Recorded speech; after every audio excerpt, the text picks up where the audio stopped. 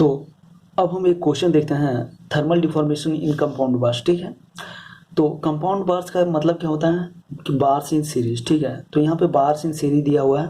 ठीक है, और इसका जो डायमीटर दिया हुआ है वो d है, और इसका जो डायमीटर दिया हुआ है d/2 है, और ये दोनों साइड से फिक्स्ड है, अटैच्ड है। ठीक है, और इसका लेंथ L है, इसका लेंथ L है। ठीक है, और इसमें क्या दिया हुआ है, इसमें दिया हुआ है change in temperature. Change in temperature equal to कितना दिया हुआ, 100 डिग्री सेल्सियस, और ये डिक्रीज हो रहा है। ठीक है, that is negative change in temperature, और ये यूनिफॉर्मली चेंज हो रहा है। ठीक है, और यहाँ पे और एक चीज़ क्या दिया हुआ, थर्मल डिफॉर्मेशन अल्फा। ये थर्मल डिफॉर्मेशन है, ये कोफिशिएंट ऑफ थर्मल एक्सपेंशन है। ठीक है, कोफिशिएंट ऑफ थर्मल एक्सपेंशन कितना दिया हुआ है, 10 × 10⁻⁻6 पर डिग्री सेल्सियस। ठीक है, और क्या दिया हुआ है, यंग्स मॉडुलस दिया हुआ है 200 गीगा पास्कल। ठीक है, और यहाँ पे हमको d = 50 mm मानने के लिए बोल रहा है। ठीक है, हमको निकालना क्या है, स्ट्रेस एट बार 1 एंड बार 2, और दूसरा चीज निकालने बोल रहा है रिएक्शन। ठीक है, तो अब देखते हैं इसका सॉल्यूशन कैसे होगा।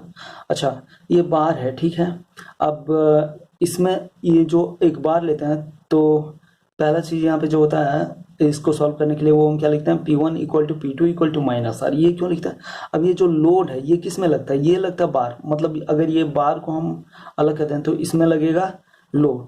ठीक है, अब इसमें अगर लोड लगता है तो लोड अगर इस साइड से लगेगा, और ये जो आर जो है, ये जो रिएक्शन है ये लगता है, ये सपोर्ट में लगता है। ठीक है, मतलब जो यहाँ पे जो वाल है या कुछ भी जिससे रेस्ट्रिक्ट कर रहे हैं उसमें लगता है। तो अगर लोड इस साइड से लगेगा तो रिएक्शन इस साइड से लगेगा।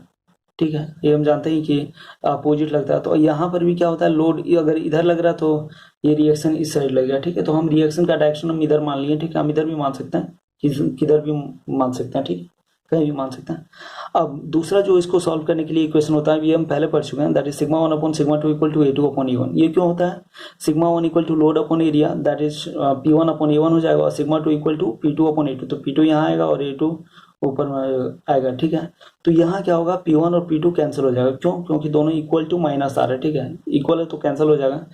अब एक और जो होता है इसमें फॉर्मूला सॉल्व करने के लिए, वो क्या होता है, sum of thermal deformation equal to sum of axial deformation, that is delta thermal 1 + delta thermal 2 equal to delta that is thermal axial deformation of 1 + axial deformation of 2। ठीक है, अब इसको बस हम सॉल्व कर देते हैं तो क्या होगा, थर्मल डिफॉर्मेशन क्या होता है, अल्फा TL होता है for uniform change in temperature, तो यूनिफॉर्मली ही चेंज हो रहा है, तो अल्फा TL हो जाएगा। ठीक है, तो अल्फा TL1 + अल्फा 2 TL2, ये alpha 1 TL1 + alpha 2 TL2 equal to, अब ये जो होता है एक्सियल डिफॉर्मेशन इक्वल टू क्या होता है, PL/AE। ठीक है, तो PL/AE। ठीक है, PL/AE, तो P/A क्या हो जाएगा, σ1। ठीक है, और L1/E1 हो जाएगा। ठीक है, तो σ1 L1/E1 हो गया, प्लस σ2 L2/E2 हो गया। तो अब क्या होगा, ये L तो सारा बराबर है। ठीक है, तो L कैंसिल हो गया। ठीक है, अब इक्वल टू क्या हो गया, 2α/T हो गया। अल्फा तो सेम ही है और T भी सेम ही है, तो α/T हो गया, और ये 2 टाइम्स हो गया, और ये जो E है, E भी बराबर है, तो इसको जब इधर करेंगे तो क्या हो जाएगा, E इधर आ जाएगा, मल्टीप्लाई हो जाएगा, तो 2α/T इक्वल टू क्या हो गया, σ1 + σ2, चूंकि L तो कैंसिल हो गया था, इम्प्लाई दैट σ1 + σ2 इक्वल टू क्या हो जाएगा, इसको अब वैल्यू पुट कर देंगे, 2 × अल्फा कितना दिया हुआ, 10 × 10 × 10⁻⁻6 पर डिग्री सेल्सियस। तो यहाँ पे हम अल्फा का वैल्यू रख दिए। ठीक है, इसके बाद अल्फा का वैल्यू रख दिए, इसके बाद हम क्या किए, इसके बाद T टेम्परेचर इक्वल टू कितना दिया हुआ था, 100 डिग्री सेल्सियस। ठीक है, तो temperature equal to 100 degree Celsius रख दिए, उसके बाद फिर क्या दिया हुआ है, E कितना दिया हुआ है, 200 गीगा पास्कल। 200 गीगा पास्कल मतलब 200 × 10⁻³ मेगा पास्कल, हम मेगा पास्कल में लिखते हैं। ठीक है, तो इम्प्लाई दैट σ1 + σ2 जब इसको कैलकुलेट करेंगे तो कितना आ जाएगा, 400 मेगा पास्कल। ठीक है, अब ये जो पहला इक्वेशन लिए थे ये वाला, अब इसको थोड़ा सॉल्व कर देते हैं। ठीक है, तो σ1/σ2 ये जो लिए हैं इक्वल टू A2/A1।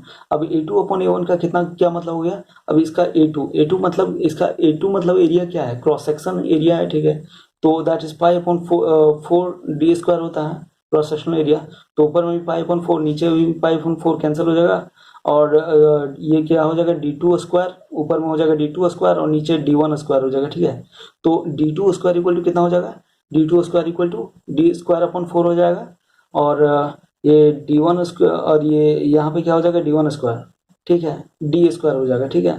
तो डी स्क्वायर कैंसिल हो गया, और नीचे में क्या बचा 4 और ऊपर 1, तो 1/4 हो गया, ठीक है। तो ये इक्वेशन 2 हो गया और ये इक्वेशन 1 हो गया, ठीक है। अब इसको यहाँ से हमको क्या मिल गया, ये सिग्मा 2 को इधर भेजेंगे तो ये, और ये 4 को इधर भेजेंगे तो क्या आ जाएगा, सिग्मा 2 इक्वल टू 4 सिग्मा 1। अब सिग्मा 2 की जगह पे हम 4 सिग्मा 1 बस पुट कर देंगे, ठीक है। तो सिग्मा 1 यही है और सिग्मा 2 की जगह पे बस 4 सिग्मा 1 हम पुट कर दिए, तो इक्वल टू 400 आ गया, ठीक है। अब इम्प्लाई दैट यहाँ से जो सिग्मा 1 निकालेंगे तो ये कितना हो गया, 5 sigma 1 equal to 400, imply that sigma 1 equal to 5 8 जा 40, दैट इज और 0, तो sigma 1 equal to 80 mega pascal हो गया, और सिग्मा 2 इक्वल टू कितना है, सिग्मा 2 इक्वल टू कितना आया 4 सिग्मा 1, ठीक है। तो equal to 4 into 80, that is 4 8 जा 32, दैट इज 320 मेगा पास्कल। और ये यहाँ पे टेंसाइल होगा, ये हम पहले ही पढ़ चुके हैं, और ये भी सिग्मा 1 और सिग्मा 2 टेंसाइल होगा, क्योंकि यहाँ पे जो चेंज इन टेम्परेचर है वो क्या है, नेगेटिव है, ये हम पहले ही पढ़ चुके हैं।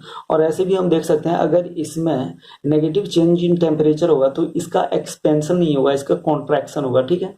अब जब इसका कॉन्ट्रैक्शन होगा, इसका जब कॉन्ट्रैक्शन होगा तो जो इसमें जो फोर्स लगेगा वो क्या होगा, अब यहाँ पे ये कॉन्ट्रैक्शन, ये सिकुड़ना चाह रहा है, ठीक है, लेकिन ये यहाँ पे अटैच है, तो ये क्या करेगा, खींचेगा ये।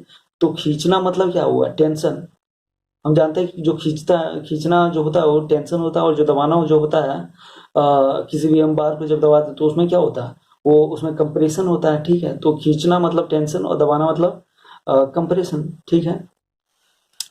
तो यहाँ से ये टेंशन, ये सिग्मा 1 और सिग्मा 2 आ गया, ठीक है। अब यहाँ से हम रिएक्शन कैसे निकालेंगे, रिएक्शन इक्वल टू क्या, मतलब इसका क्या हो गया, that is load equal to stress into area, that is sigma 1 into A1 और सिग्मा 2 इंटू A2 हम लिख सकते हैं, ठीक है, इक्वल टू, बस हम इसको सॉल्व कर देते, that is sigma 1 into A1 equal to क्या आ जाएगा, π/4 और D square into D square.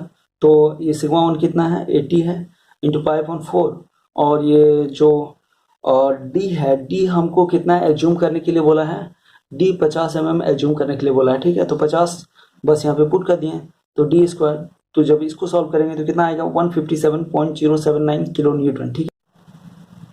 तो अब रिएक्शन किधर हो जाएगा, रिएक्शन जो है वो क्या है, ये आर हम निकाल लिए हैं, दैट इज 157.079 किलो न्यूटन, ठीक है। तो आर ए और आर सी दोनों भी वही होगा, दैट इज आर ए और आर सी जो है वो सेम होगा मैग्नीट्यूड में, ठीक है। अब उसका डायरेक्शन कैसे होगा, ठीक है, डायरेक्शन देखते हैं। अगर इसमें एक्सपेंशन होता है, ठीक है, अगर ये जो डेल्टा टी है वो इंक्रीज होता है, जब जो चेंज इन टेम्परेचर है वो इंक्रीज होता है, पॉजिटिव होता है, तो क्या होता है, ये एक्सपेंड होता है। जब ये एक्सपेंड होता तो इसका रिएक्शन का जो डायरेक्शन है वो इस साइड आता, लेकिन यहाँ क्या हो रहा है, कॉन्ट्रैक्शन हो रहा है, ठीक है। यहाँ क्या हो रहा है, कॉन्ट्रैक्शन हो रहा है, क्योंकि टेम्परेचर डिक्रीज कर रहा है, तो इसका जो रिएक्शन का डायरेक्शन होगा ठीक इसका उल्टा होगा, दैट इज इसका जो रिएक्शन का डायरेक्शन होगा इस साइड होगा, और इसका जो रिएक्शन का डायरेक्शन होगा इस साइड होगा। तो मतलब रिएक्शन एट आर ए का डायरेक्शन इस साइड होगा और रिएक्शन एट आर सी का डायरेक्शन इस साइड होगा, ठीक है।